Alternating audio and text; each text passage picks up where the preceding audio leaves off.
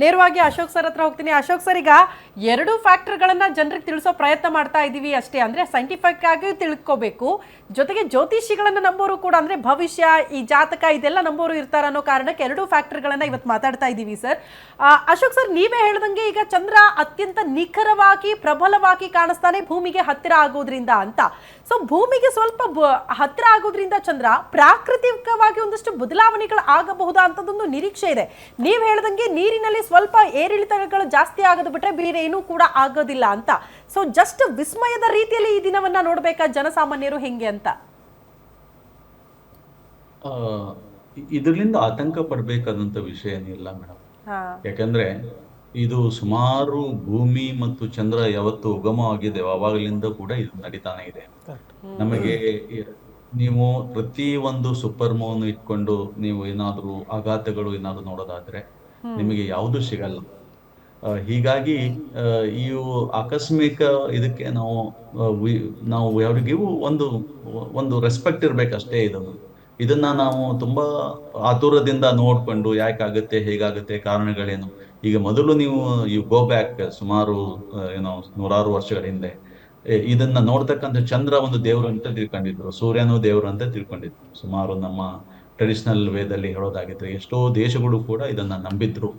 ಯಾವಾಗ ನಾವು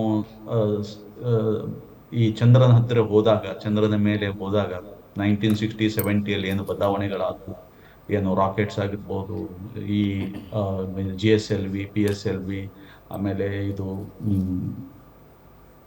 ಕಂಪ್ಯೂಟರ್ಸ್ ಯುಗ ಬಂತು. ಇವೆಲ್ಲವುಗಳಿಂದ ನಾವು ಮ್ಯಾಗ್ನಿಫೈಯರ್ ಇಟ್ಕೊಂಡು ಭೂಮಿಯನ್ನ ಅಷ್ಟೇ ಅಲ್ದೇನೆ ಬೇರೆ ಬೇರೆ ಕಾಯಗಳು ಏನಿದಾವಲ್ಲ ಈ ನಭಮಂಡಲದಲ್ಲಿ ಎಲ್ಲವನ್ನೂ ಹತ್ತಿರದಲ್ಲಿ ನೋಡ್ತಕ್ಕಂಥ ಅವಕಾಶಗಳು ನಮಗೆಲ್ಲ ಇದ್ದಾವೆ. ಹೀಗೆಲ್ಲ ಇರುವಾಗ ನಾವು ಅದರಿಂದ ನಮ್ಮ ಮನುಷ್ಯನ ಮೇಲೆ ಸಾಕಷ್ಟು ಪರಿಣಾಮ ಬೀಳ್ತದೆ ಅಂತಕ್ಕಂಥದ್ದು ಏನಿದೆ ಅಲ್ಲ, ಅದು ತುಂಬಾ ಕಡಿಮೆ. ಅದು ಮೊದಲು ನಮ್ಮ ಟ್ರೆಡಿಷನಲ್ ವೇದಲ್ಲಿ ಇತ್ತು, ಈಗ ಅದು ತುಂಬಾ ಕಡಿಮೆ ಆಗ್ತಾನೆ ಬರ್ತಾ ಇದೆ. ಕಡಿಮೆ ಆಗೋದು ಇಲ್ಲ, ನೆವರ್. ಯಾವತ್ತು ಟ್ರೆಡಿಷನಲ್ ಕಡಿಮೆ ಆಗಲ್ಲ, ಕಡಿಮೆ ಆಗೋದು ಇಲ್ಲ. ತಾವೇನು ಹೇಳ್ತಿದ್ರಿ ಅದೆಲ್ಲ ಅಕ್ಷರಕ್ಷ ನಿಜ, ಅದು ಸತ್ಯ. ಅದೇ ರೀತಿಯಾಗಿ ಜ್ಯೋತಿಷದ ಆಯಾಮದಲ್ಲೂ ಕೂಡ ಇಲ್ಲಿ ತನಕ ಸಾವಿರಾರು ಯುಗಗಳಲ್ಲಿ ಆಗಿರೋದು ನಿಜ, ಈಗ ಆಗ್ತಾ ಇರೋದು ನಿಜ, ಮುಂದಕ್ಕೆ ಆಗೋದು ನಿಜ. ಸೊ ತಾವು ಹೇಳ್ತಿದ್ದೀರಿ ರೆಸ್ಪೆಕ್ಟ್ ಅಂತ. Respect is separate. ಸರ್ ಈಗ ತಾವು ಹೇಳ್ತಿದ್ದೀರಿ ಸರ್ ಏನ್ ಹೇಳ್ತಾ ಇದ್ದಾರೆ, ನಾವು ರೆಸ್ಪೆಕ್ಟ್ ಕೊಡ್ಬೋದು ಅಷ್ಟೇ. ಅವರು ಕಂಪ್ಲೀಟ್ ಮಾಡ್ಬಿಡಿ. ಅಶೋಕ್ ಸರ್ ಕಂಟಿನ್ಯೂ ಮಾಡಿ ಸರ್, ಕಂಪ್ಲೀಟ್ ಮಾಡಿ. ಅವರು ಸರ್ ಹೇಳ್ತಾ ಇದ್ದಾರೆ ರೆಸ್ಪೆಕ್ಟ್ ಮಾತ್ರ ಅಂತಿದ್ದಾರೆ. Not respect. ರೆಸ್ಪೆಕ್ಟ್ ಬೇಕಾಗಿಲ್ಲ, ಇದು ಸತ್ಯಕ್ಕೆ ಹತ್ರವಾಗಿರ್ತಕ್ಕಂಥದ್ದು. ಸೊ ಜ್ಯೋತಿಷಾಸ್ತ್ರದಿಂದ ಮ್ಯಾಥಮೆಟಿಕ್ಸ್, ಸೊ ಹಂಗಾಗಿ ರೆಸ್ಪೆಕ್ಟ್ ಪ್ರಶ್ನೆನೇ ಬರಲ್ಲ. ಅಶೋಕ್ ಸರ್ ಕಂಟಿನ್ಯೂ ಮಾಡಿ ಸರ್. ಬಿಲೀಫ್ ಇರ್ಲಿ, ನಾನು ಕಂಪ್ಲೀಟ್ಲಿ ಅದನ್ನ ನಿರಾಕರಣೆ ಮಾಡಕ್ ಹೋಗಲ್ಲ. ಯಾರು ಬಿಲೀಫ್ ಇದೆ ಅದು ಇಟ್ಕೊಂಡು ಹೋಗ್ಲಿ, ನಂಬಿಕೆ ಯಾರಿಗಿದೆ ನಂಬಿಕೆಯನ್ನು ಇಟ್ಕೊಂಡು ಹೋಗ್ಲಿ, ಪೇನಲ್ಲ. ಬಟ್ ವೈಜ್ಞಾನಿಕವಾಗಿ ನಾವು ಹೇಳೋದಾದ್ರೆ ಅದು ಹೇಳಲೇಬೇಕಾಗುತ್ತೆ. ನಾವು ವೈಜ್ಞಾನಿಕವಾಗಿ ಇದು ಎಲ್ಲ ಸುಳ್ಳು ಅಂತ ಹೇಳಕ್ಕಾಗತ್ತಾ ಹೇಳಿ ನೋಡೋಣ. ಈಗ ಅತ್ಯಂತ ಸಮೀಪ ಬಂದಿಲ್ಲ ಅಂತ ಹೇಳಕ್ಕಾಗತ್ತಾ? ಆಗಲ್ಲ. ಅದಕ್ಕೋಸ್ಕರ ಅದನ್ನು ನಾವು ಇರಬೇಕಾಗತ್ತೆ. ಜ್ಯೋತಿಷ್ಯ ಪ್ರಕಾರ ನೀವೇನ್ ಹೇಳ್ತಾ ಇರೋದು ಹೇಳಿ. ಕೆಲವು ನಂಬಿಕೆಗಳು ಬೇಕಾಗುತ್ತೆ ಮನುಷ್ಯನಿಗೆ, ಅವನು ಸಹಿತ ಇಟ್ಕೊಂಡು ಹೋಗ್ಬೇಕಾಗತ್ತೆ. ಕೆಲವು ಅದೇ ಬೇಸ್ ಮೇಲೆ ಯಾರು ಬಂದಿರ್ತಾರೆ ಅದನ್ನ ನಂಬ್ಕೊಂಡು ಹೋಗ್ತಾರೆ, ಅದೇನ್ ತಪ್ಪಂತ ಹೇಳಕ್ ಆಗಲ್ಲ. ಬಟ್ ಇದು ಸತ್ಯ, ಇದು ನಗ್ನ ಸತ್ಯ. ಯಾಕೆ ಅಂತಂದ್ರೆ ಈ ನೀರಿನ ಮೇಲೆ ಅದು ಲಿಕ್ವಿಡ್ ಇರೋದ್ರಿಂದ ಪರಿಣಾಮ. ಉಬ್ಬರ ಇಳಿತ ಯಾಕಾಗುತ್ತೆ ಹೇಳಿ ನೋಡೋಣ. ಉಬ್ಬರ ಇಳಿತ ಆಗೋದ ಕಾರಣ ಇದೇನೆ. ಈಗ ನಾವು ಭೂಮಿ ಮೇಲೆ ಎಲ್ಲರೂ ಓಡಾಡ್ಕೊಂಡು ಎಷ್ಟು ಜನ ಇದೀವಿ ಭೂಮಿ ಮೇಲೆ? ಸುಮಾರು 8 ಬಿಲಿಯನ್ ಪಾಪ್ಯುಲೇಷನ್ ಇದೀವಿ.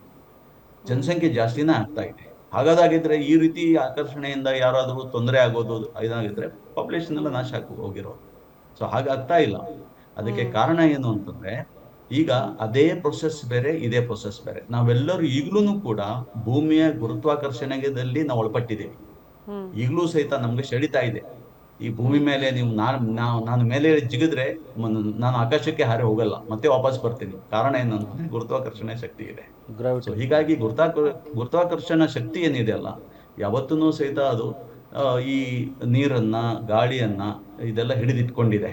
ಹೀಗಾಗಿ ಭೂಮಿ ಮೇಲೆ ಇಷ್ಟೊಂದು ಪರಿಸರ ಆಗೋದಕ್ಕೆ, ಜನಸಂಖ್ಯೆ ಆಗೋದಕ್ಕೆ, ಇಷ್ಟೊಂದು ಬೆಳವಣಿಗೆ ಆಗೋದಕ್ಕೆ ಸಾಧ್ಯ ಆಗಿದೆ.